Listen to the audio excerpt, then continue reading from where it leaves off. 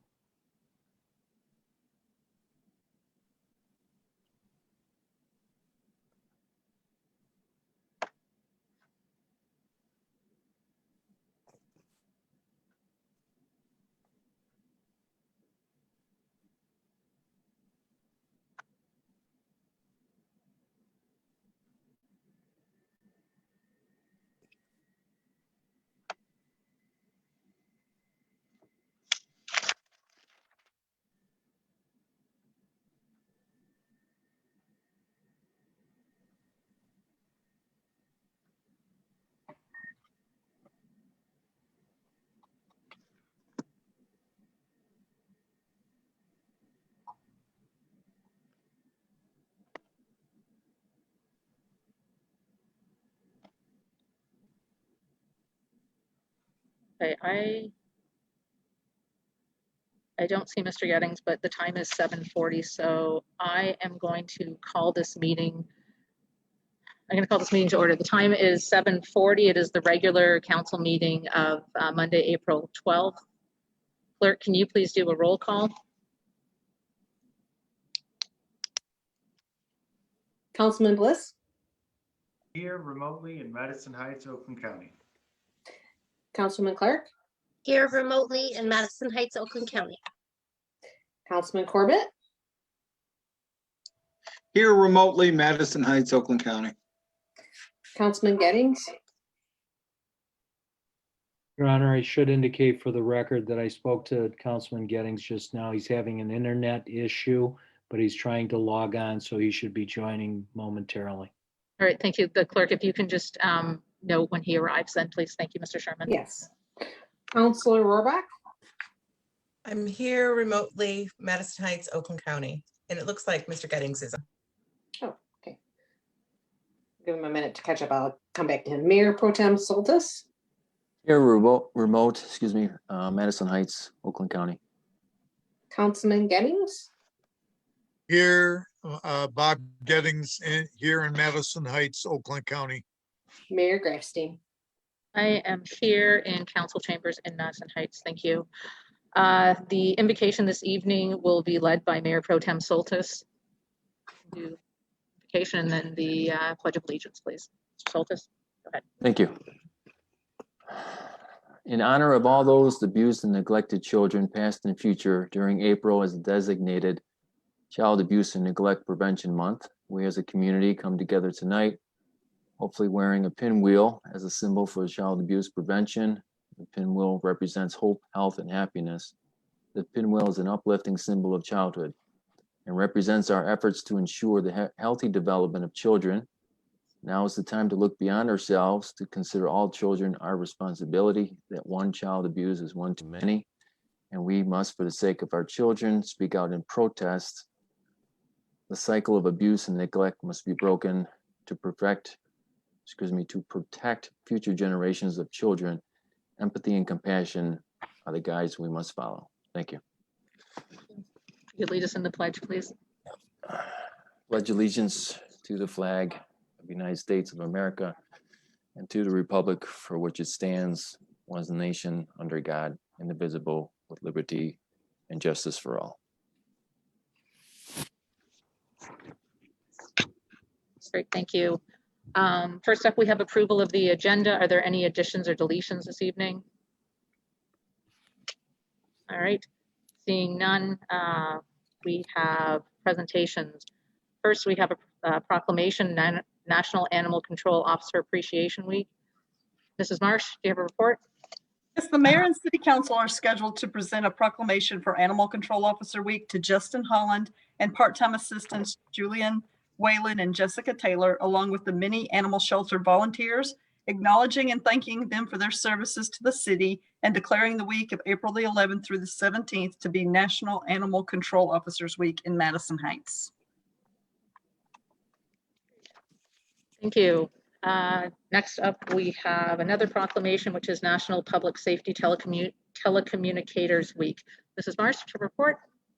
Yes, so the mayor and city council are also scheduled to proclaim the week of April 11th through the 17th as National Public Safety Telecommunication Week in Madison Heights and recognize the Madison Heights Police Service Assistant dispatchers for the important work they perform in the service to our community.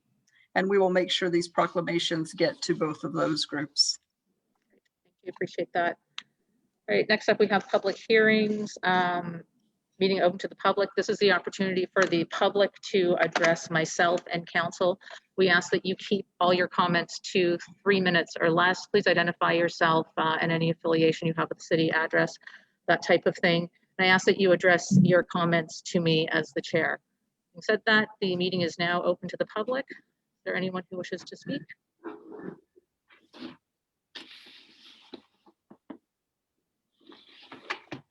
Okay. Seeing none, I'm going to close meeting open to the public and we'll move on. Oh, I see Quinn Wright. Yeah. Sorry about that. Oh, there.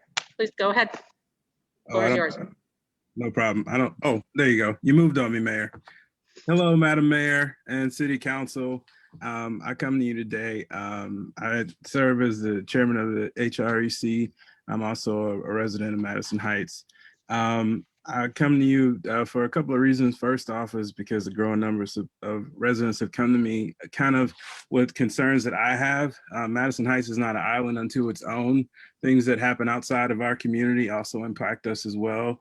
And one of those things that has been on the hearts and minds of a lot of us has been the voter rights issues going on in Georgia. And I know that for a lot of folks, there's no immediate impact to, quite honestly, their voting rights. But what's happened there with the restrictions that have been put on are something that has impacted the community here to have a concern to make sure those type of things don't happen. We know that gerrymandering, redlining, and things like that aren't new. They're all too common. And there are folks in the community, including myself, who are asking that City Council, Madam Mayor, that you guys take proactive steps to ensure that the November 2nd election this year is fair and unbiased and undiscriminating for all who are registered to vote in the city. And that might seem like a very broad ask, but it's something that I would like to challenge you guys along with others to make sure that we are doing to ensure that folks who are registered and can vote are not discriminated against, and there aren't things in the system which prohibit them, including just being proactive to eliminate all barriers for people based on their age, gender, disability, or any other thing that might have had them to be targeted for voter suppression. And finally, if we could take steps to make sure that people kind of have what they need within the rules and the laws, perhaps maybe even offering them ideas as to if they can't bring water, where they can get water, or how close to it that they can have water provided to them. So if you guys could be proactive about making sure that everyone feels comfortable to vote that is legally able to vote. I know it isn't a big burning issue within the city, but part of our job, I think, is the HREC, and part of what I want for the city to do is not wait for things to happen to address them, but to be proactive. And that's partly why, in addition to coming here, this is something that I'm going to discuss with the other members of the HREC to ensure that this is something that we address as a community and it's not something that falls on deaf ears. So the other thing I wanted to bring up was the Juneteen celebration and how exciting this is for the city and an opportunity for everyone to come together. It's not just for the minorities, it's for all of the members to celebrate freedom, the residents of Madison Heights. So I wanted to encourage you all to come out and to participate, learn what it is. I personally am going to be taking the lead on the rib competition, which I challenge any of you to smell those ribs and not smile. I dare you. I double dare you. But it's going to be a fun time. So I hope you guys come out. Unless you don't like meat, then you probably won't like it. But otherwise, Juneteenth, June 19th. Thank you. Thank you. I see Amy Lewis and Simone Moy. So Amy, you're up, and then Simone, you are next. Please go ahead. The floor is yours. Hi, good evening, City Council. I just wanted to mention that I would hope the city might mention or just recognize that it is Autism Awareness Month as well. So I just wanted to bring that up and point that out. But thank you for hearing me. Appreciate it. Okay, thank you, Ms. Lewis. Simone Moore, you are next. Floor is yours. Oh, there you are. There. Simone Moy, resident of Madison Heights. I'm here on behalf of the HREC as a member. I would also like to mention that we are planning for Madison Heights' first ever Juneteenth celebration. It's an all-inclusive event to bring the entire community together for an exciting, educational, and empowering event. And again, it's for everyone. The event is Saturday, June 19th at Civic Center Park from noon to 6 p.m. We have several community groups that are working with us to assist the HREC in fundraising. And that includes the Madison Heights Women's Club, and they're selling commemorative Juneteenth pins. I think they're asking for donations of $18.65, which is also the inaugural year of the Juneteen celebration. In addition, on April 19th, we will be having a restaurant fundraiser at the 24th Cheesecakery on 13 Mile and Brush. A portion of the proceeds will be given to the HREC to help with the event as well.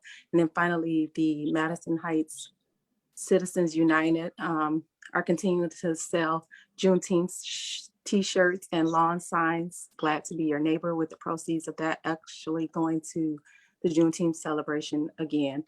All of this information is available.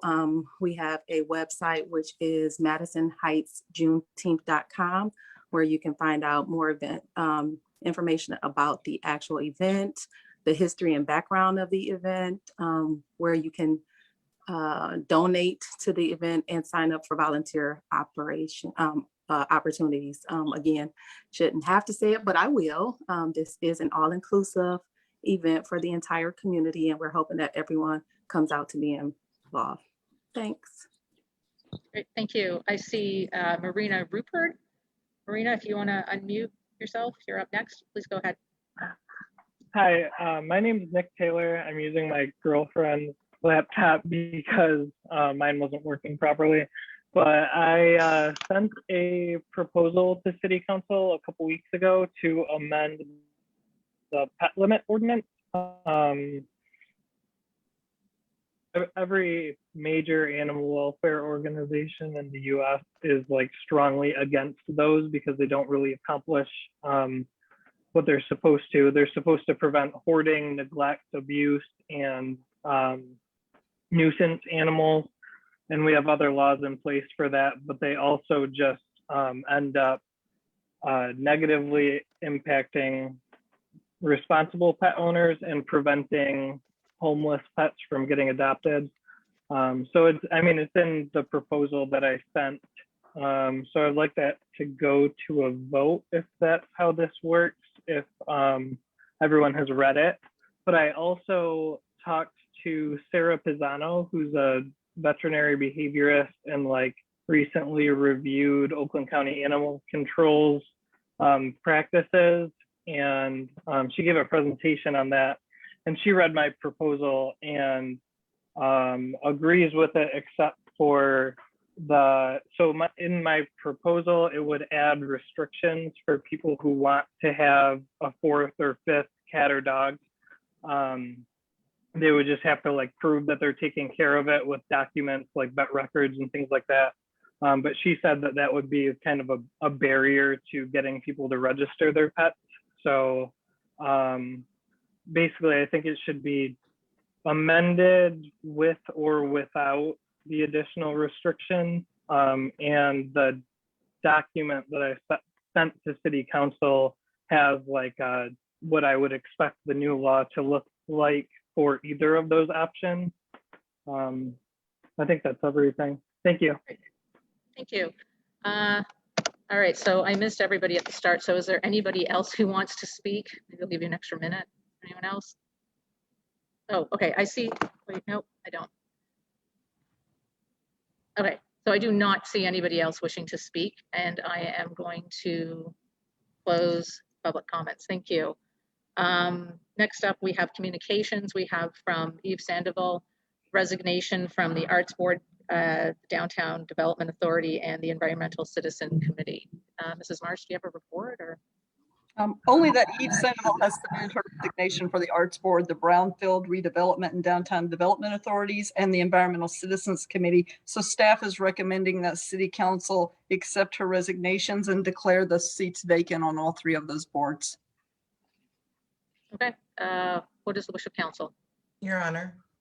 Councillor Rohrbach? First a question, can we make it one big motion? Yes. We have to name all of the boards. All right. I move that council accepts the resignation of Eve Sandoval from the Arts Board, the Brownfield Redevelopment and Downtown Development Authorities, and the Environmental Citizens Committee. And to provide her with a thanks from the city for her work. Thank you. Is there support?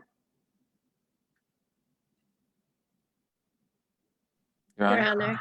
Honor, Councilwoman Clark? I'll support. Great, thank you. Motion has been made and seconded. Is there any discussion? Your Your Honor, Honor. Mr. Sherman? would the maker of the motion and support agree also to declare Ms. Sandoval's seats vacant on all of the mentioned boards? Of course. Of course, yes. Thank you. Councilor Rohrbach, you wanted to say something? I did. I just wanted to mention that Ms. Sandoval was, I've worked her on several of these boards and has just been an integral part of each one of those, has come to the table with amazing ideas and execution. The Madison Heights Seed Library, the Bloom Project, and so many other things that she has done. I just appreciate her work so much. She has committed to staying on some of these subcommittees as an individual, and I look forward to continuing to work with her on those projects. Thank you. Any other discussion? All right, seeing none. Clerk, can you please take a roll call vote? Councilman Bliss, Yes. Councilman Clark, Yes. Councilman Corbett, Yes. Councilman Gettings, You need to unmute.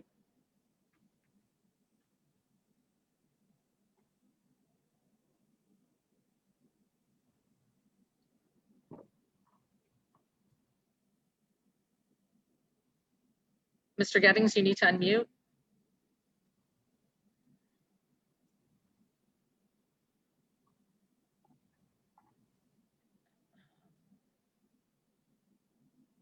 Yes. Okay, thank you. Councilor Rohrbach, Yes.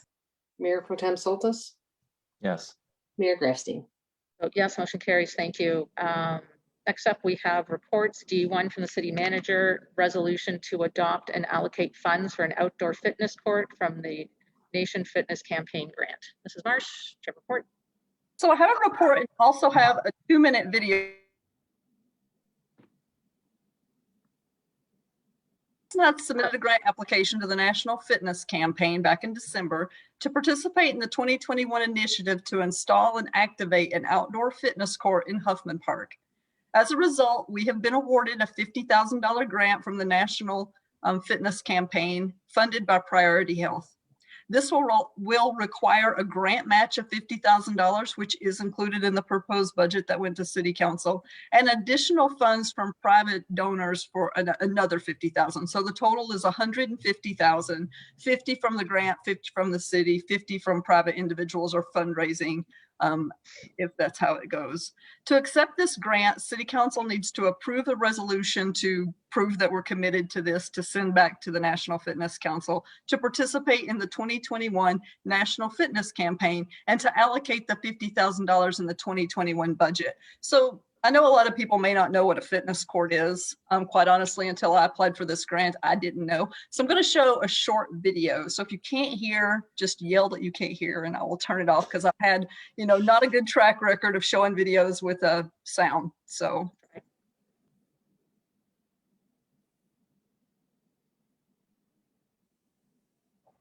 Well, Can't hear. Play. I haven't even got it. Well, hang on. My transcription is in the way. We're changing the way America thinks about fitness.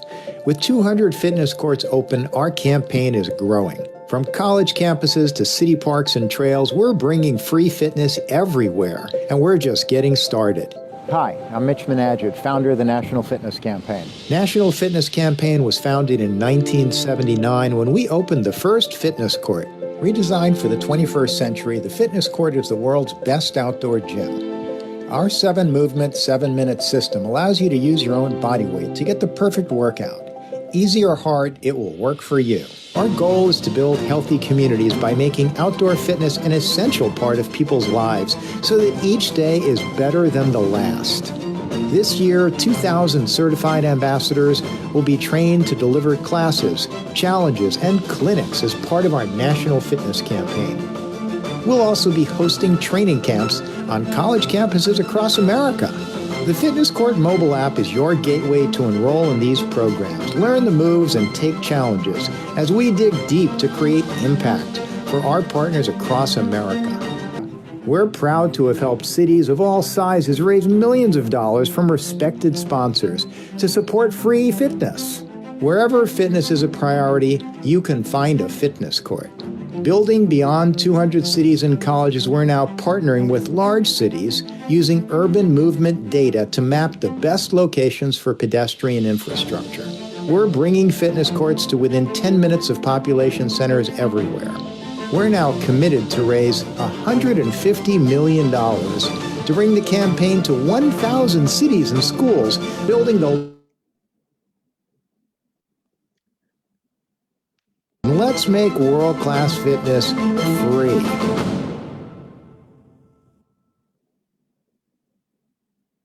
Okay, I hope everybody could hear that.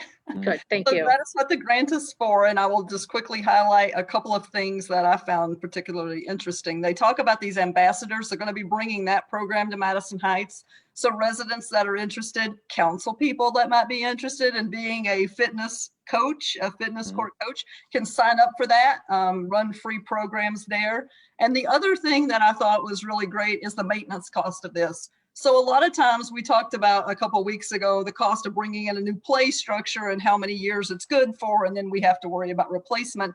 This system is made very low maintenance. The estimated maintenance cost is about $500 to $1,000 a year, and that is approximately 5 to 7 years from now. The biggest cost is basically just sweeping the leaves off of the fitness court. So ours has already been designed. It is going to be green because Priority Health is the main funding person, so they got to pick the design of it. And when we get our private sponsors, which I'm thinking about using a portion of the community advisory board part to match up that other 50 if we need to, people can put their logos on the back of it as well. So if anyone's interested in donating to it, reach out to me, assuming council approves this tonight, and think it's a good fit. It is going to go in the area where the former basketball court was at Huffman Park. So anybody who's familiar with Huffman Park knows there's a basketball court used to be there. It's in very bad shape. It was scheduled to be replaced anyway. It hasn't had basketball goals almost the whole time I've been working here. So it's just kind of an eyesore. It's the first thing I notice every time I go to that park. It's been a mission of mine to either get that thing replaced or completely removed. So this seems like a great win-win for the city, for the fitness council, and for the community and residents that use that. So with that, again, I need council to approve the resolution and commit to allocating the $50,000 in the 2022 budget. Great, thank you. What is the wish of council? Your Honor. Councilman Corbett? Yeah, I'll defer to the Parks and Rec, and I'll second. Go ahead, Emily. Councillor Rohrbach. Thanks. I move that council approves the resolution to participate in the 2021 National Fitness Campaign and allocate $50,000 in the 2022 budget. Great, thank you. Mr. Corbett, did you want to support? I'd be more than happy to, ma'am. Thank you. Motion has been made and seconded. Is there any discussion? Your Honor. It's Corbett again. Yeah, I would volunteer to be the physical director, but, I think there are many more specimens on the council, like all of you, who could do it better than I could. I just wanted to say, about a month before I heard about this project coming in, one of the networks, it was either Fox or WDIV, did a report from a local community that had just installed it. And it looked very cool, and it was getting a lot of buzz already from the public. So I'll be one of your students, ma'am, but I'll leave it to the others. Thank you. So, Your Honor, the closest one to us that I know of is at Oakland University. So there is one right outside the recreation center, as a matter of fact, but it's open to the public and looks fairly nice. And I would also mention, since you're allocating budget, it does take 5 votes of council in affirmative to do that piece. Okay, thank Your you. Honor? Mr. Soltis? Yeah, I was just going to say Oakland University has it next to the dancing bear there, but it's really cool. And they got other things in the back too as well. But I'd like to volunteer. I'd certainly want to do that. And is there possible we could maybe sneak in a outdoor racquetball court next to it? I think that would be so awesome if we could have that. There's the only one around here is in St. Clair Shores. But that's all. Thank you. Thank you. Any other comments or discussion from council? Your Honor. Councilwoman Clark?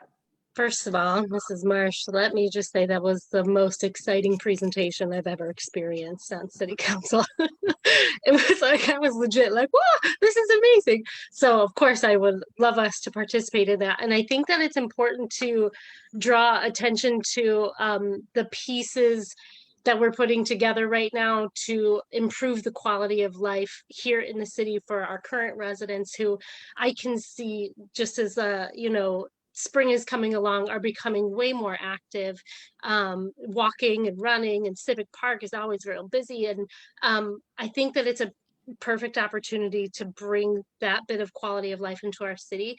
The one thing that I'm most concerned about, and that I hope that we can look into, is when the equipment comes, or if we decide to vote on it, that it is accessible to all of our residents, and that it is taken with the special needs of our residents in mind when it's put together, because I would love for everybody to be able to enjoy something that exciting in our city. Thank you. Any other comments from council? Your Honor? Bliss? Yeah, I'm stoked about this. I think it's going to be a great addition to our park system, and it's something that fills a need for residents of all ages. I think when I looked at it, it seemed like there was adequate modifications for any health and fitness level, any stage of your journey. One of the things that I had envisioned when we first talked about this project is to be able to have a bus from the Active Adult Center along with a personal trainer at the fitness court, walking through a class with folks from our Active Adult Center and to take them back. Things like that, I think, benefit the community. I think just having the option, having a different way to experience a park than a vacant, decrepit, falling apart basketball hoop with no hoops, I think makes a big difference. But I'm excited to see how we can program around it, because the more programming that we can do in a park, the better it becomes, the more of a beacon it becomes, and the more people become aware that it's even there. So I'm excited for it. It's going to be a yes from me, and I'm looking forward to more park additions as we continue to invest in quality of life enhancements for our residents. So I will just add one thing, Mayor. Depending on how we end up getting that third $50,000, this could be installed as soon as July or August. So it's relatively fast. Our DPS crew is responsible for putting the base pad, removing the current basketball court, putting it down the base pad, and then this national team comes in and does 100% of the installation. And then from there, they start rolling with the training and planning a grand opening event and that kind of thing. When would we need to get the funding, the complete funding, or the commitment? When would we need that, you know? I think by the 1st of June.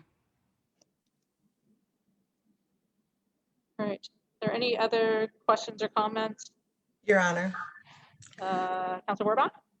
I'd just like to note that, council recently got a report about all of the parks improvements that need to be happening over the course of the next 5 to 10 or 2 to 10 years.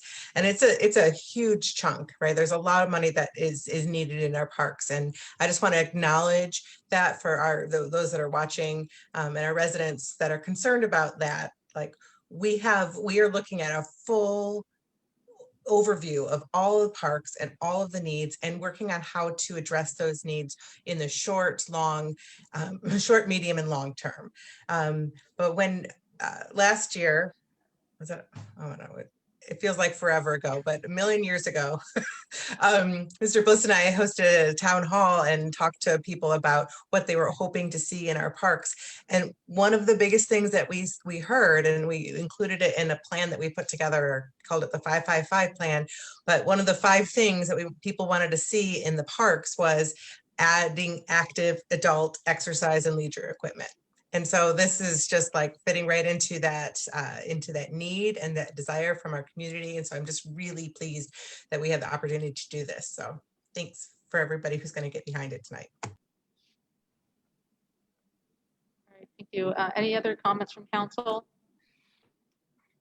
All right, I just want to say a big shout out, thank you to Stephanie Sawicki. She is a resident who actually brought this to my attention the beginning of December, and I took a quick look. I forwarded it on to Mrs. Marsh, and the next thing I knew, we went from I'm applying to we've got it. So I really want to thank her and just remind everybody. I feel like I end every meeting, and I'll probably do it tonight again, saying if you have ideas, if you have grant opportunities, if you want to sponsor something, let me know, because someone heard me say that, and assuming council approves this, then it's basically giving us $50,000 to do this. It's saving us $50,000. So I really want to thank Mrs. Sawicki for that. And whenever we do this installation, assuming we get this, then I definitely want to make sure that she gets an invitation to be there for that grand opening ribbon cutting. And with that, I will ask the clerk to take a roll call vote. Remind everybody that this does need to be passed with a motion, a vote of 5 to pass this. Clerk. Councilwoman Clark, An enthusiastic yes from me. Councilman Corbett, Yes. Councilman Gettings, Yes. Councillor Rohrbach, Yes. Mayor Pro Tem Soltis, Yes. Councilman Bliss, Yes. Mayor Grafstein. I vote yes, motion carries. Thank you. All right. Next up is D2 report. It's from me. It's the Monarch Butterfly Pledge Proclamation. I was contacted about a month ago regarding Monarch Butterfly Pledge, and so I've done a proclamation. I'll give Mrs. Marsh a break. Whereas the monarch butterfly is an iconic North American species whose multi-generational migration and metamorphosis from caterpillar to butterfly has captured the imagination of millions of Americans, and whereas in the mid-1990s, more than 1 billion eastern monarch butterflies migrated to Mexico, however, only approximately 93 million began the northern migration in the spring of 2018, about a 90% decline. Whereas monarch scientists attribute the decline to degradation and loss of summer breeding habitat in the US and loss of winter habitat in Mexico. And whereas cities, towns, and counties have a critical role to play to help save the monarch butterfly, and whereas every resident of Madison Heights can make a difference for the monarch by planting nectar plants and native milkweed to provide habitat for the monarch and pollinators in locations where people live, work, learn, and play. And whereas in May 2019, Council unanimously approved Ordinance 2138, which deals with noxious weeds to take into account the importance of milkweed to local ecosystems, including monarch. Whereas on behalf of the people of Madison Heights, Mayor Grafstein led the way by signing the National Wildlife Federation's Mayor's Monarch Pledge. Therefore, the Mayor and Council encourage our residents, businesses, and staff to participate in the following action items. 1, issue a proclamation to raise awareness about the decline of the monarch butterfly and the species' need for habitat. 2, launch or maintain a public communication effort to encourage residents to plant monarch gardens at their homes or in their neighborhoods. 3, engage with community garden groups and urge them to plant native milkweeds and nectar-producing plants. 4, engage with gardening leaders and partners to support monarch butterfly conservation. 5, create a community art project to enhance and promote monarch and pollinator conservation, as well as cultural awareness and recognition. 6, host or support a native seed or plant sale giveaway or swap. 7, facilitate or support a milkweed seed collection and propagation effort. 8, plant milkweed and pollinator-friendly native nectar plants and medians and public rights-of-way. 9, earn or maintain recognition for being a wildlife-friendly city by participating in other wildlife and habitat conservation efforts. 10, add or maintain native milkweed and nectar-producing plants in public community gardens. 11, launch, expand, or continue an invasive species removal program that will support the reestablishment of native habitats for monarch butterflies and other pollinators. 12, display educational signage at monarch gardens and pollinator habitat beyond monarch demonstration gardens. 13, remove milkweed from the list of noxious plants in city weed landscaping ordinances, if applicable. 14, increase the percentage of native plants, shrubs, and trees that must be used in city landscaping ordinances and encourage use of milkweed where appropriate. And 15, direct city property managers to consider the use of native milkweed and nectar plants at city properties where appropriate. So that is the proclamation, and I'm asking council to approve this evening. So what is the wish of council? Your Honor, Mr. Corbett. I would move to approve the resolution as presented. Okay, thank you. Is there support? Your Honor. Councillor Rohrbach?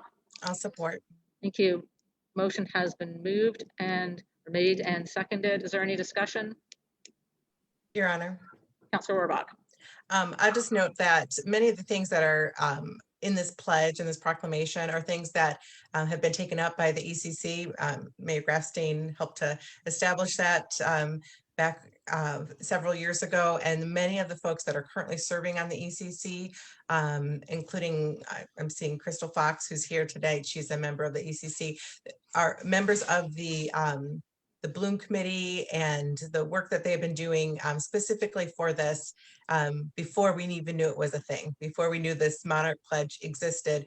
The work that it's gonna take to achieve these things has already begun in the city, and so I just want to shout out to those folks that have made this a priority. And so when we saw this, we thought we have to jump on board.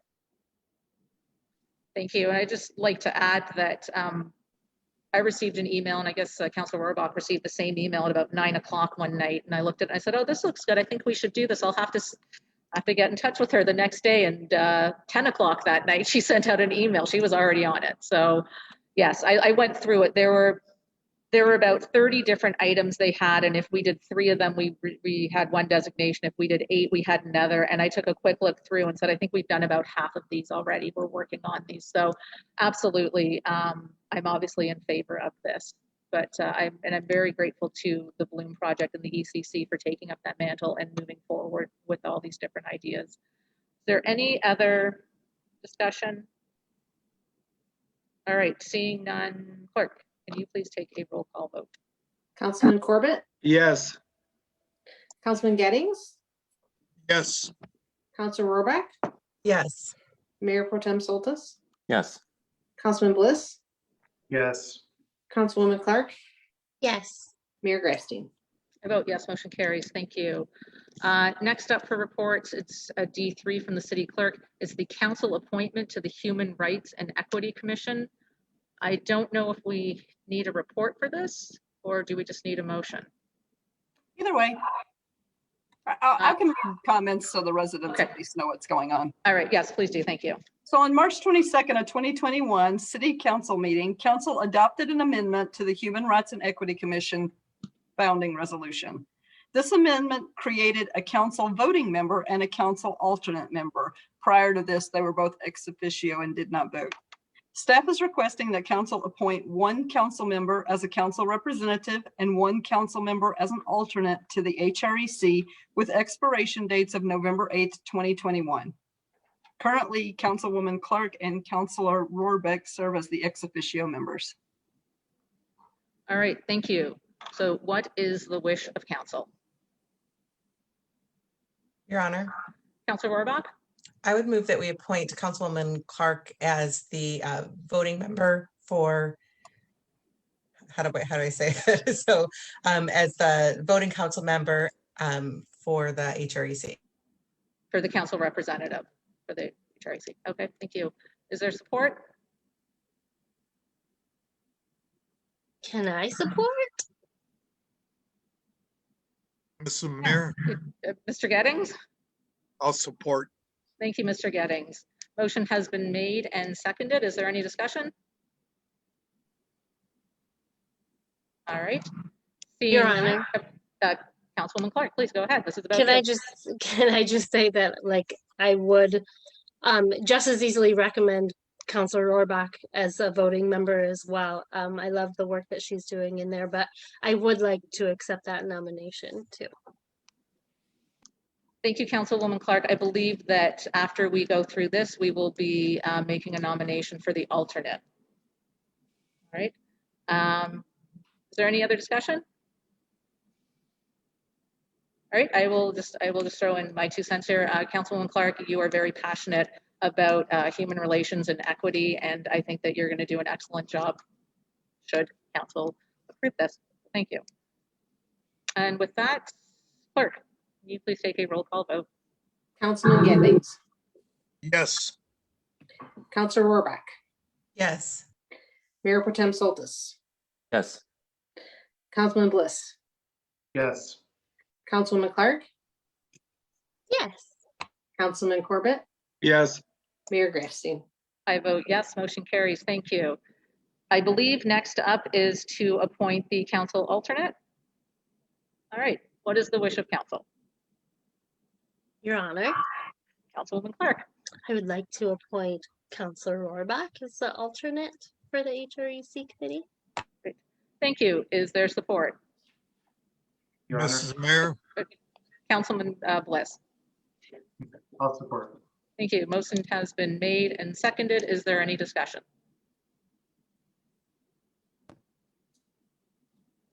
All right. All right. What, no praises for me?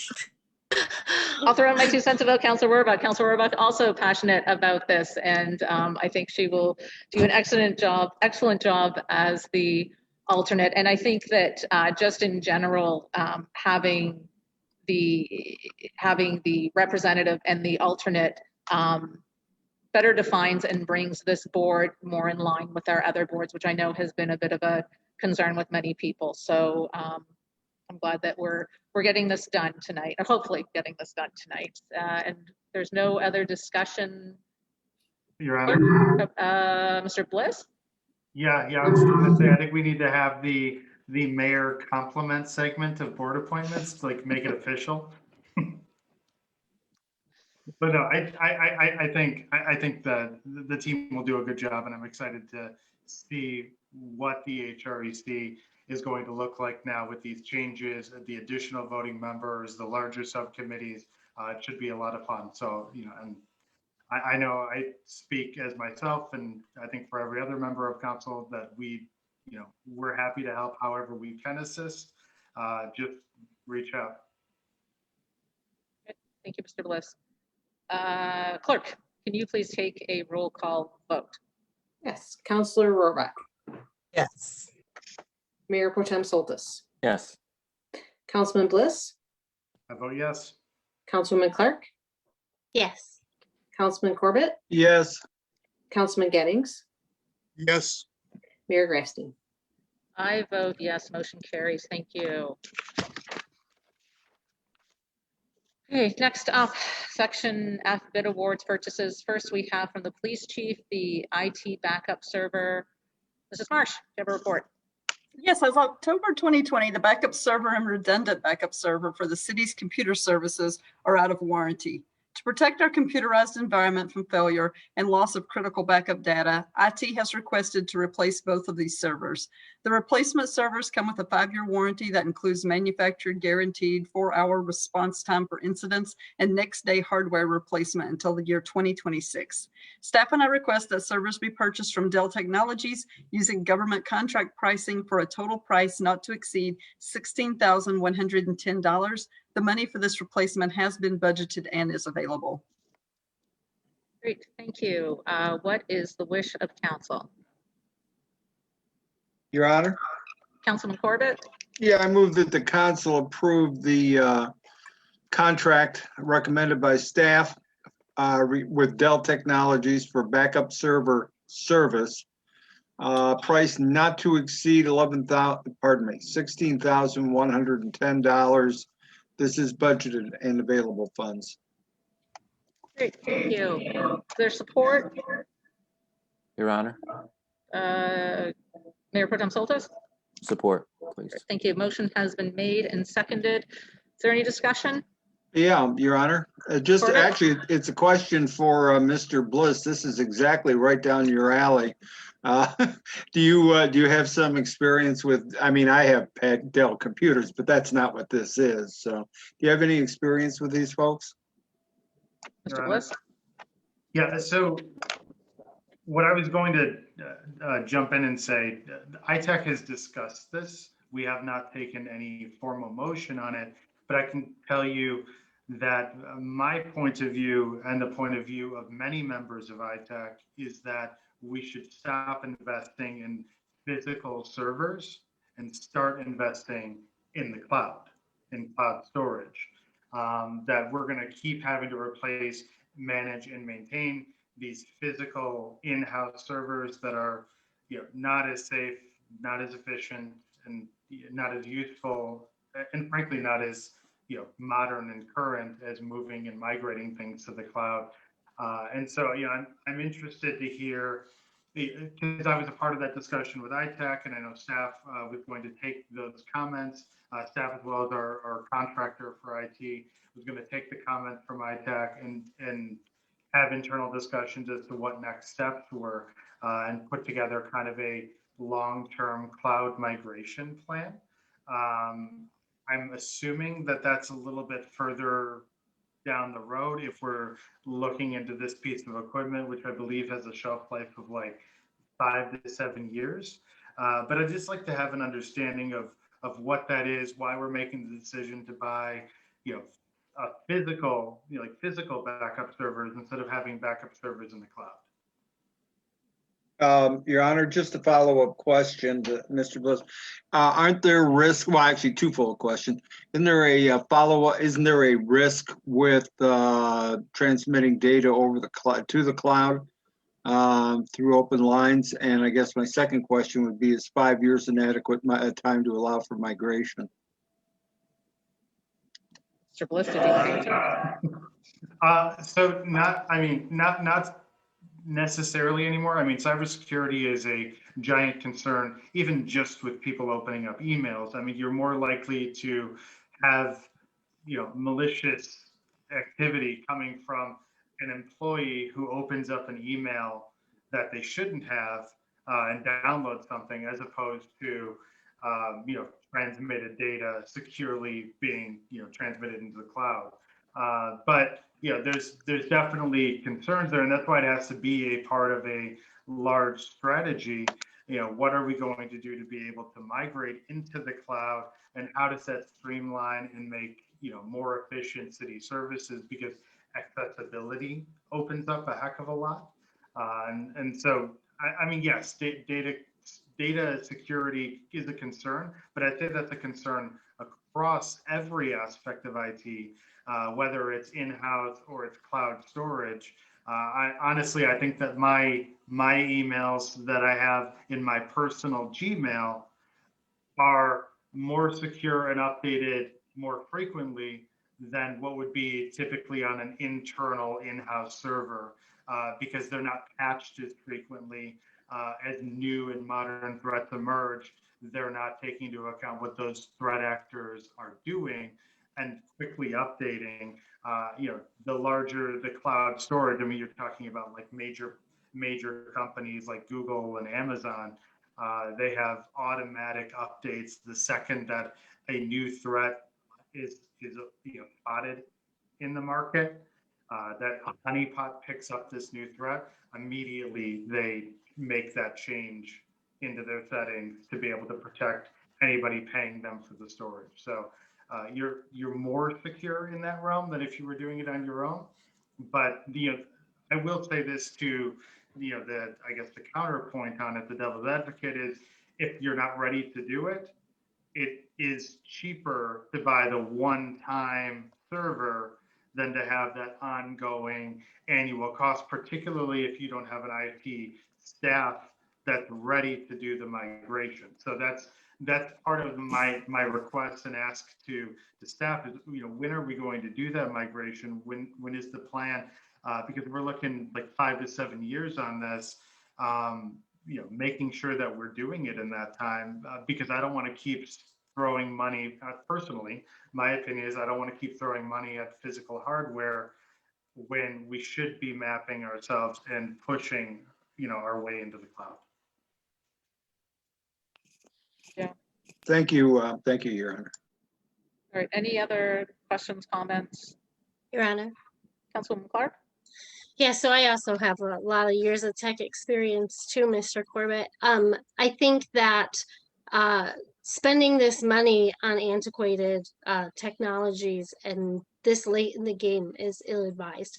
I think that the people out there who are innovating are building more securities for current technologies and future technologies than they're putting into these antiquated technologies. So maybe we can pull the data, or maybe you already have, but I feel like it puts us more at risk for security than it would if we were to pick up a cloud solution. And outside of the amount of hours it would take to just move everything over, I can't see why it wouldn't be worth the time spent putting in to move to a technology that is being open sourced and built on a daily basis and growing exponentially. We're being left really far behind with our technologies as it is. And as far as I know, that there's a lot of data as a city that we don't collect that we should collect. And I'm not sure that these antiquated technologies aren't creating more barriers for us than anything. I would like to see us move on from this. I've seen a couple of bad technology choices get made. And I think that we just need to move forward as a city if we have the opportunity to do something that is, a little bit more innovative, that we should, so that we can catch up. So, Your Honor. Thank you. Mrs. Marsh? Yes, I apologize on behalf of BPI. Our representative was supposed to be here tonight, but is unexpectedly unable to attend. So we aren't ready to move to the cloud solution, as Mark said, and it is critical that we have a plan in place before we do that. So we can table this until the next council agenda if you want, so we can have that representation from IT here. Otherwise, you have your police chief and I trying to just repeat what the explanation was. But that's up to council. Thank you. Does council want to table this, or do you want to move ahead? Your Honor. Councillor Rohrbach? My first comment is I think we should table it. And the second one is, our current servers are housed in the building in our town, our city hall building. And I recall the last time when I got a tour of the inner workings of the building early last year, one of the comments that I was pointed out to me is the fire suppression system in the building.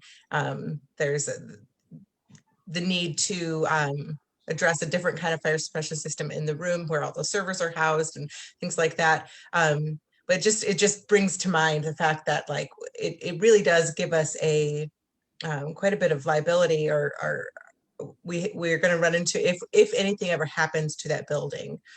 Those servers, if we're not in a cloud system, we lose all of that data. So I agree with Mr. Bliss and Ms. Clark about that. Looking at the cloud solution is much more forward thinking, but I would like to hear from our IT provider first. Okay. Mr. Bliss? Yeah, I'd like to, I'd like to make a motion to table this pending a review from ITech. Hopefully we can squeeze that in before the next meeting. If not, going into, May.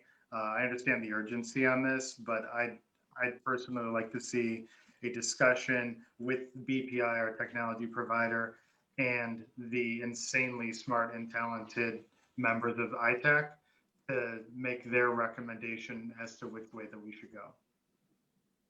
So All right. my motion would be to table pending a formal review and recommendation from ITech. Mr. Bliss, do you think that this would be at the next meeting, or do you want to table to the meeting in May?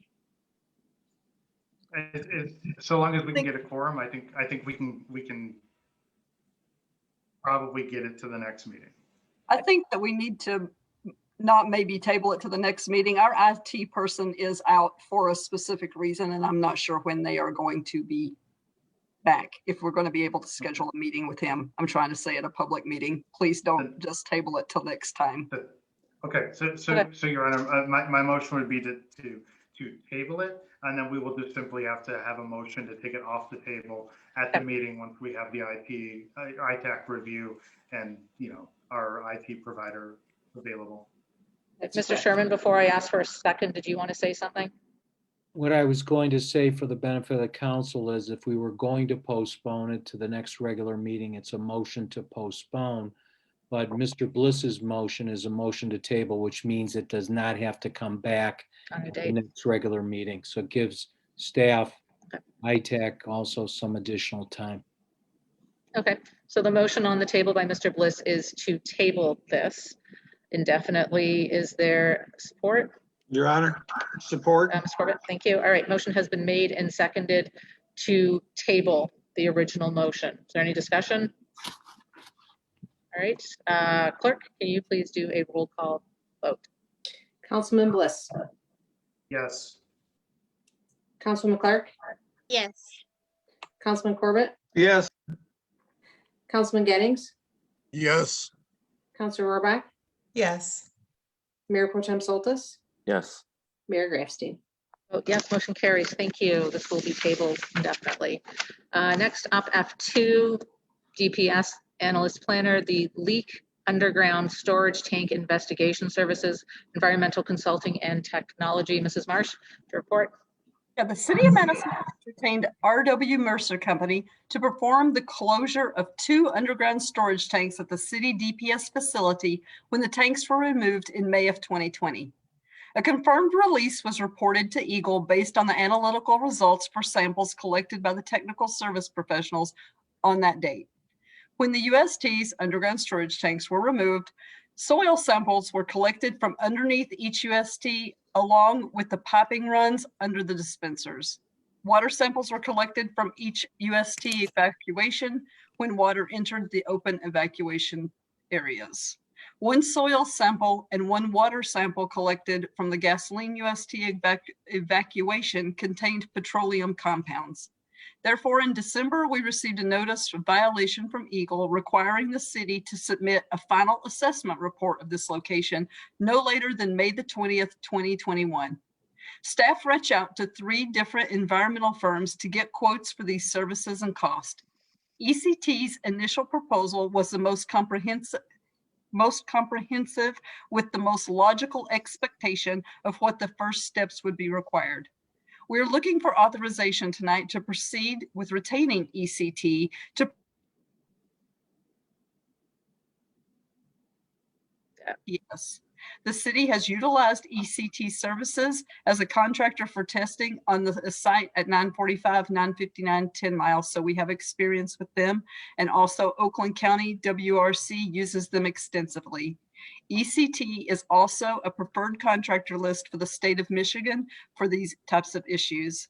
Based on ECT's clear understanding of the requirements of Eagle and the fact that there is a time factor involved, staff and I are recommending approval of ECT to perform leaking underground storage tank investigation services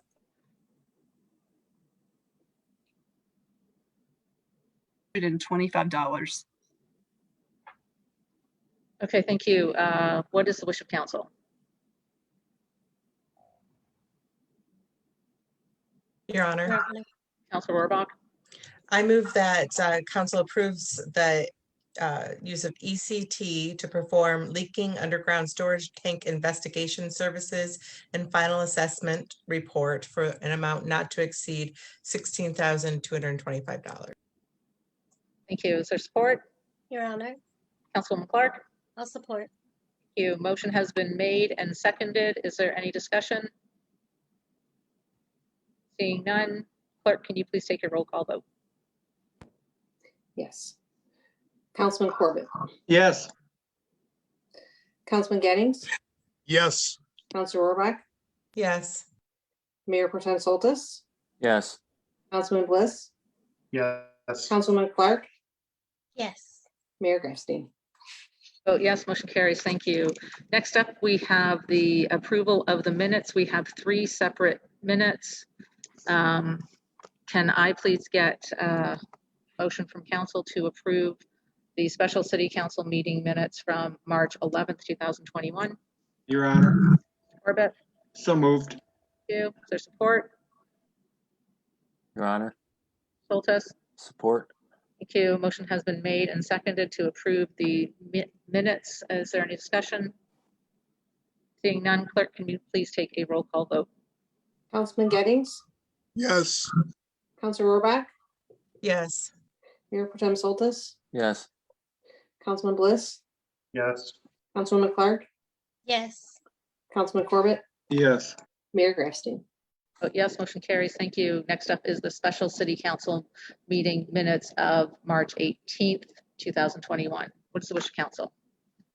Your Honor, move to Corbett. approve the 3/18/21 meeting minutes as printed. Thank you. Support? Your Honor, Mr. Soltis? support. Thank you. Motion has been made and seconded. Is there any discussion?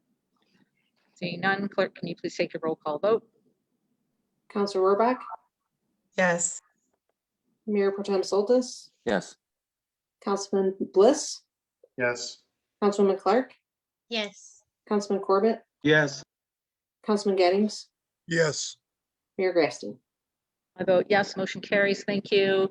And last up, we have the minutes from the regular city council meeting of March 22nd, 2021. What is the wish of council? Your Honor, I move to approve as printed. Mr. Corbett, for support? Your Honor, Mr. Mayor, Mr. Soltis? support. The motion has been made and seconded to approve the minutes from March 22nd, 2021. Is there any discussion? Seeing none, clerk, can you please take a roll call vote? Mayor Pro Tem Soltis, Yes. Councilman Bliss, Yes. Councilwoman Clark, Yes. Councilman Corbett, Yes. Councilman Gettings, yes. Councilor Rohrbach, Yes. Mayor Grafstein. I vote yes, motion carries. Thank you. Seeing there is no more business in front of us, I invite all of council to provide any closing comments, starting with Mr. Corbett. Pardon me, just one item. Over the next couple weeks, there's going to be a push through various media to once again promote and try to motivate people to go get their COVID vaccinations.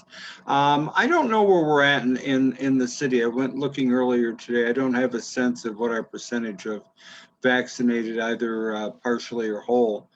But I imagine it's probably the same as much of the area.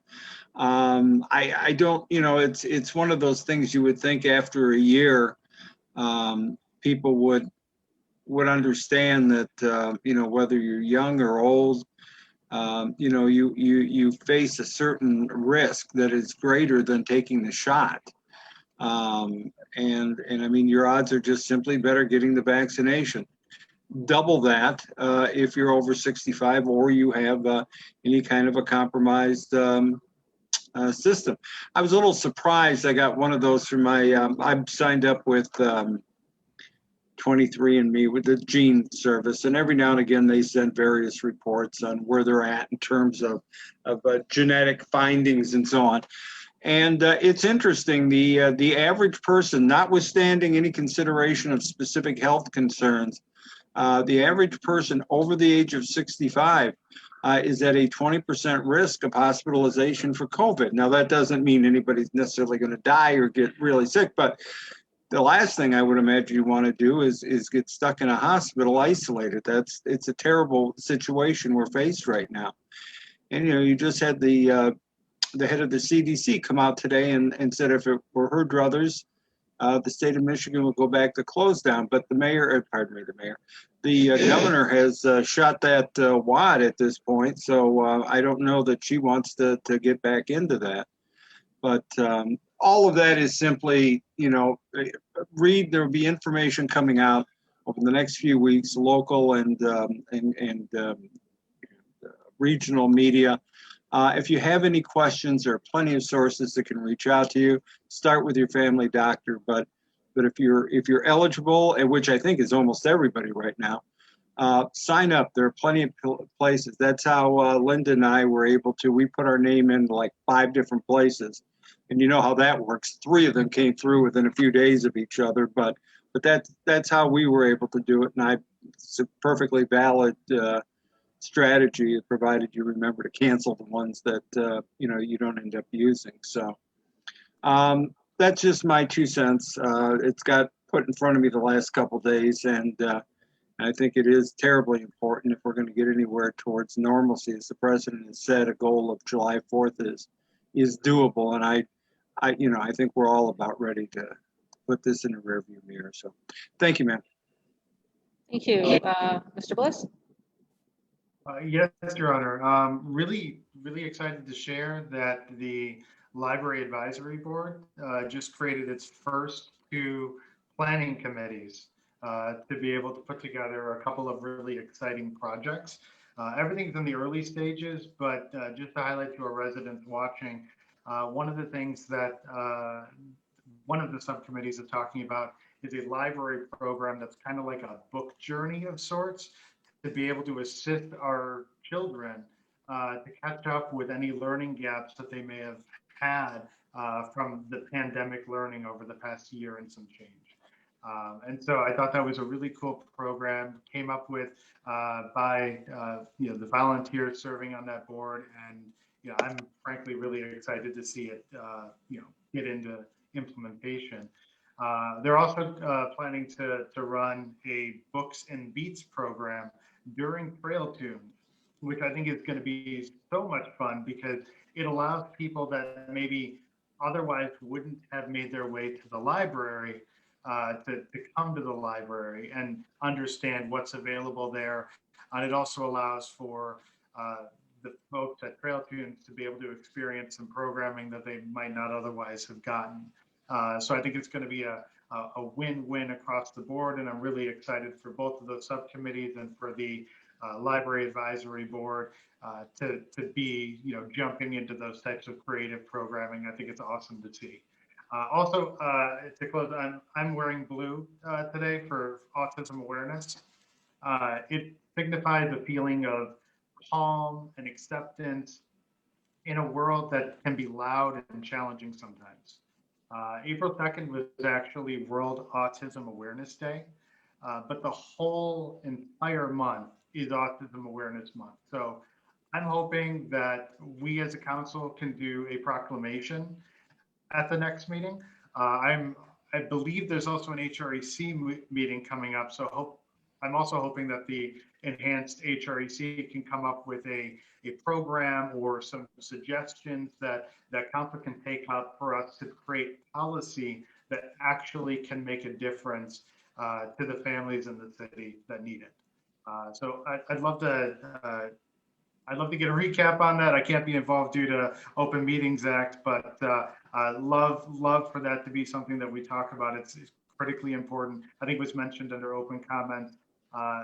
Many lights in our community are turned blue this month. So your porch lights, many are turned blue for autism awareness. And so I would love for us to be able to not just start up the discussion, but also engage the community I think it might start with a resolution, but what can we do from there? That's it, Your Honor. Thank you, Mr. Bliss. Councillor Rohrbach? Thank you, Your Honor. I first just want to acknowledge our mayor and say thank you for the work that you've done over the last little while to make sure that there are vaccine sites available and that have run so smoothly here in the city. I have family members that have been able to get vaccines over at the pharmacy shop on DeQuinder, same day. These are people that have been trying to find the Johnson & Johnson shot, for months and have been qualified for months, and they were able to finally get it there. And my mother-in-law is sending me a gift card because she's so excited about it. So also, I just want to a few different things I've been working on. I received the Parks Board received a proposal for a dog park in Edison Park. I don't know how that's going to move forward yet from the Parks Board part of things, but what I did do was talk to our county commissioner, Mr. McGilvery, and asked him, because we do have a dog park in the city, but it is an Oakland County park. And one of the biggest complaints that I hear about that Oakland County dog park is that there's no shade in that park. It's really uncomfortable to stand there. The problem is it is built over like water treatment area, so we can't plant trees in this area. And so I've asked Mr. McGilvery to take a look at what we can do to improve that situation so that the park is more usable and more user friendly for both dogs and their humans. So I just wanted to mention that. I also want to mention that the Treads on Tuesday is a walking club that the Parks and Rec Board is sponsoring. It will start its first Tuesday evening walking club. Anybody who wants to join to meet up at the Civic Center gazebo on May 11th at 7 p.m. Our committee member, Jason Theodorov, is going to lead that group, and we're going to rotate throughout the parks in the city for nice walking club type of thing. We'll get t-shirts. It'll be great. But take a look, keep an eye out there'll be an event put on Facebook pretty soon about that. But I just want everybody to know it's coming, and we're excited about that opportunity. I also wanted to, Mr. Bliss said, I hope that we acknowledge Autism Awareness Month at our next meeting. And then the next thing on my list is, Mr. Taylor had come today to talk about the Pet Limit Ordinance and the proposal that he sent to all of us. I don't know if everybody had a chance to really look at that, but I would like for us to take a look at it at a future meeting to actually have a public discussion about it. So I would like for us to see that come up on a future meeting. If one of my council members could support that, would be great. I'm sorry. I was also talking to another county commissioner recently, and the Oakland County is working on some anti-source of income discrimination ordinance language for when it comes to housing and the ability for individuals to access rental properties no matter where their income comes from. I am going to bring it to the HREC this week to take a look at, to start discussions on, but I just want council to know that is something that I think is going to be a really important thing for us to look at in the coming months, because income, no matter where it comes from, is an important factor for how people are able to access housing. And our community should make sure that it is open and accessible to everyone. What is really great about some of the language that I'm seeing coming from other areas and some of the opportunities that are coming from Oakland County is that it incentivizes both it removes a barrier from someone who wants to rent a house that is, or an apartment or whatever that is using Section 8 housing money, but also gives an incentive to landlords so that they have access to funding to be able to maintain a property if there is that need to do that in this case. So I'm just going to say I'm going to be sending it out to I'll send it to city manager soon to take a look at. Once the HREC has a look at it, if we have any updates, I'd like to send that out to everybody. And finally, I want to thank Mr. Wright and Mrs. Moy and can't remember if anybody else spoke about it. Everybody who came here tonight to speak about the proposal for to be proactive in our making sure that our access to the polls is really important. One of the things that I have heard from people that are talking about this is that we know that there's not like a glaring problem in our city, which is great. But what we want to do is say, as council members, as representatives of the city, is to like loudly and proudly say, we want to make sure that everybody can vote for, you know, if you are legally allowed to vote, we want you to vote, and we want to support you to be able to do that in any way possible. And so I want to thank those that came and spoke, and I want to encourage rest of my members of council to really take a look at that and figure out how we can support that proposal. And that is all on my list. So that is all. Thank you, Ms. Mayor. Thank you, Councillor Rohrbach. Mr. Sherman, anything from the city attorney's office this evening? Nothing to add tonight, Your Honor. Thank you. Thank you. Mrs. Marsh, anything from the city manager?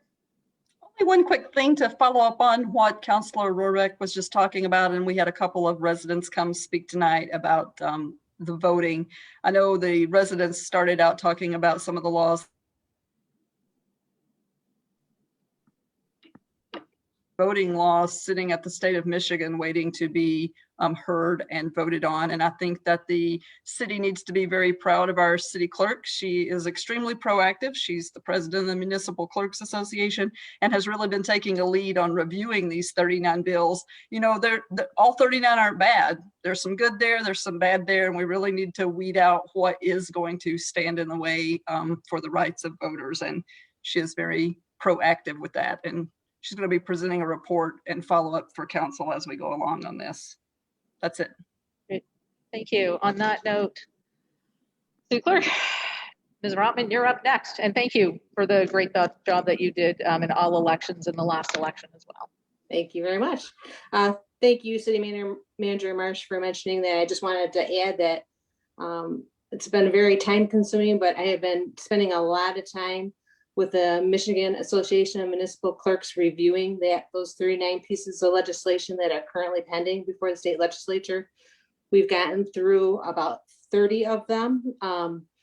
The group itself will be formulating their positions on each of those bills, and then it is my intention to get a very thorough policy document to council so that they can formulate what their policy stances are going to be on that matter.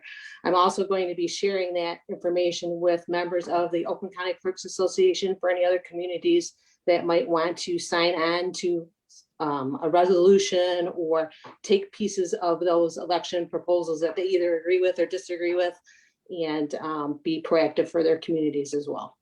So more information is coming. We are, like I said, about 2/3 through it. There is some council, some committee meetings this week at the state level, and I'll be watching and maybe not participating at this point because a lot of the things that they're talking about right now are related to the Secretary of State's office and not municipal responsibilities. But I will be keeping a close eye on it and keeping council and the residents apprised of it. Great, thank you, Ms. Rotman. Mr. Gettings, anything from you this evening? Nothing, Your Honor. Thank you. All right, thank you. Councilwoman Clark. Any Yes. comments this evening? Yes, I'm very excited about the amount of resident participation in tonight's meeting and the good things that are going to come from all of it. A lot of people, including Nick Taylor, actually, who approached me originally with his idea to change the Pet Limit Ordinance. They're always like, how do you get council to vote on something? How do you like make suggestions to change some of the ordinances? How do you like put all of this together, and how do you get council to take a vote? And tonight's a good example to show you that you can get something on an agenda if you have support from just 2 council members. And several council members tonight have showed support on the Autism Awareness Proclamation. Hopefully we can get that in the next meeting. Several of us have also showed interest in supporting, at least bringing to the table, all of the hard work and research that Nick Taylor did to put together his proposal for changing the Pet Limit Ordinance. I think we owe it to him with all the years of experience that we have here on City Council with this particular ordinance, as well as some fresh ideas that we might bring to the table to help make our city more equitable and improve the quality of life for our pets and our residents, to bring that to the table and have a discussion about it and take a vote, because he did put a lot of work into that. So again, like, if you have something to bring to council, bring your ideas. Several residents have shared all kinds of ideas with us this year, and so many of them have been taken on by council. And I think it's great that we show that sort of attention to our residents, to show that if you come and you participate, that things will actually happen with it, that your city council is very taken by public opinion, and that it matters in changing our legislation. I'm also excited about the fitness center, very excited about it. I know that I, as a business owner, would definitely be interested in sponsoring that, and I would like to challenge all business owners in Madison Heights to see if we can't pull together, everyone give just a little bit, so that we can help out a lot. And that is all I have for this evening. Great, thank you, Councilwoman Clark. Mayor Pro Tem Soltis. Yes, thank you, Your Honor. I too like to echo the sentiments. Stay safe, wear masks. This virus is not gone. Get vaccinated. I think it's open up to everybody now. To seniors, if you need help with food, please call the Active Adult Rec Center, because once a month they could deliver food to your home. Actually, I've been doing the delivering, and so please let us know if you need help with that. Warmer weather is upon us, so again, please watch for pedestrians, and especially bicycle riders like myself. I just bought a new bike. I like to keep it that way, especially early in the morning when you might be rushing to work or your kids to school. Make sure they're on time, but please take a pause when you're near traffic lights. Especially at stop signs. You stop before the stop sign, not cruise through it. Look both ways, and those of us who ride bikes, please make sure that you contact or connect eyes with the driver directly. Otherwise, they're not going to see you, and you can't assume that they will, which means they're going to hit you if they continue moving forward. Also, I'd just like to make mention that riding my bike and so forth. I really appreciate the Civic Center Park. It's fantastic, and it has that really awesome, huge sledding hill, where at this time of year, it's kind of a fitness hill. And I see fellow residents walking up it. It's quite the hike. It's a tough one, and you can get a great workout walking up several times. I noticed that the north side is even more of a tougher, steep walk. So it's a great addition to Madison Heights in terms of fitness. And I greatly appreciate our city clerk for all she's done to make our elections fair to everyone through her entire tenure. She's fantastic, and I have no doubt that we without have a fair election. So I just wanted to give a shout out to her. And so that's all. Thank you. Great, thank you, Mr. Soltis. I am also wearing blue today for autism awareness, and yeah, I think if we can do a proclamation, that would be great. I'd like to see, maybe we can do a little bit more, maybe some kind of educational program or something, just to let people know about it. I was going to read a list of 10 facts, but I'm going to skip that because it looks like we're going to be doing a proclamation. So I do want to just once again reiterate my thanks to Stephanie Sawicki for forwarding on the information about the outdoor fitness court grant. And then to Mrs. Marsh for looking at it and just running with it. We found out about this in December, and tonight she said if we get everything all done and we get it all set up, we could actually have it this summer. And that's really unusual. Usually with grants, you're waiting. You know, I'll tell her in December, and then in April she'll have to submit it, and then in July we'll find out where we're ever, and a year and a half later we're looking at getting it. So I think it's going to be great if we can actually get the additional funding on for this. Thank you, Mrs. Clark, for offering to sponsor that. And once again, as I end all meetings, you know, if you want to sponsor an event in the city or a Bloom project, and now I'm going to throw in, if you want to sponsor the fitness court, you know, contact me, contact the city manager, because I think this really, I really think this would be something great for us to do. And, you know, we just did the Kaboom grant, or we're getting in the process of working on the Kaboom grant up at Civic Park. And I know that residents will say, how come everything goes to Civic Park? And we're getting rain gardens there this year as well. And it's just, sometimes when we're looking at grants, we can pick where we want them. Sometimes it doesn't make sense to do it anywhere other than Civic Park. And sometimes we can pick where we want to do this. And Mrs. Marsh and I were like, we want this at Huffman. You know, this just really works to do this at Huffman. So I'm really glad that we're able to do that. So thank you to council for approving that $50,000 from the budget. Also want to speak briefly about the butterfly pledge and thank Councillor Rohrbach for being so excited and jumping all over that and working on that, and with all the work that's being done with the ECC. And I want to give a real shout out to Eve Sandoval, who resigned from her boards this evening, but she's staying on with her subcommittees. And I had a chance to talk with her briefly, and I said to her, I said, I really want to see you doing the gardens. And she was like, oh no, I'm going to do them. I mean, Eve is really one of our butterfly women. She really loves the butterflies. She knows so much about them, and really wanted to be a part of this. So I want to just want to really say that these are one of these good things. When I initially talked about the invasive species and doing this, I didn't know that there was this pledge. And so we found this, and who knows down the road what we might be working on for a grant opportunity, and we could end up getting some kind of grant money to do something with this. So thank you for supporting me and supporting the butterflies. I want to say that on Friday, I was honored to speak briefly at the Anti-Asian Support Forum, and I want to publicly thank Chief Haynes for not only speaking on that panel, but also joining me last month when I reached out to meet them and just to discuss with them how we can better support them and their needs. It was a really important conversation to have. And I'm looking forward to seeing what the HREC is going to be doing to honor Asian Heritage Month. That's next month, and we have a lot of resources in the city. So I'm excited to see what's happening with that, what we're going to be doing with that.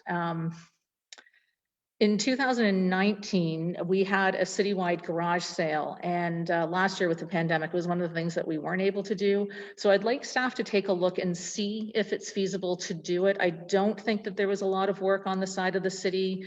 We basically set it up so that everybody just put their garage sale items out front, and the city coordinated that list so you could go and see what the addresses were. If it's feasible to do, I would love to see that again this year. If not, then it might be something that a few residents might want to take on to do personally to set up. Just with COVID and with everything changing, everything seemed to be opening up, and now it looks like everything's shutting down. So I do want to err on the side of caution on that if it's not feasible, but if it is something we could do, I would love to do that. And on that note, I'd also like to work with our community partners. I've started working with a couple of people to host a job fair. One of the biggest complaints that I'm getting when or concerns I'm getting when I'm talking to our businesses is they're finding it really hard to find people to hire, and they're continually looking for people. So I'm working with some of our partners, and I'm inviting any businesses who are looking to hire to reach out to me. We'd like to do it in person, because ultimately these jobs are going to be in person. Again, look at doing it safely, because if we can get people to live in the city, to work in the city or near the city, then that would be great. And that was, I actually got a message this morning from someone who said, I want to hire local. So Yeah, if you're a business that's looking to hire, let me know. And then finally, just want to talk a little bit about the vaccine and what's going on here. Last month, the pharmacy shop on DeQuinder, where Mrs. Rohrbach said her mother-in-law, I think it was, got her vaccine. The pharmacist there, the owner, reached out and asked me if I'd send a letter of support to the state so that they could be part of something called the COVID Vaccine Community Outreach Program. And since that time, they've administered over 1,200 vaccines, and they have more coming in that are going to be available on a walk-in basis. So with the pharmacy shop, you do not need an appointment. You can just walk right in. But I've also been working with some other community partners, and I was able to secure 300 doses of the Pfizer vaccine. And today those were administered by Rite Aid at the Venetian Club. And we've got those second doses already scheduled.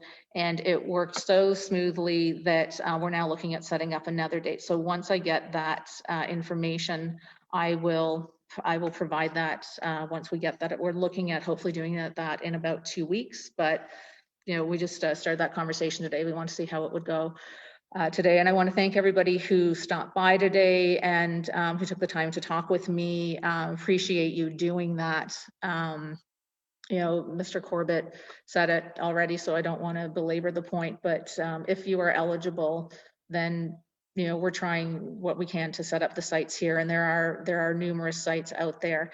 And if you're over 16, you're eligible. And I specifically requested Pfizer because that's the only one that 16 and 17-year-olds can take. And there are a lot of teens who were there today. So I don't know if I'm going to be able to pick the vaccine next time we do it. If I can, again, I'll be picking Pfizer for the same reasons. But if not, then whatever we get, you know, that's what we'll be working with. Thank you to everyone who's watching, who called in this evening, and who's just really getting out there and being part of the community and helping with everything.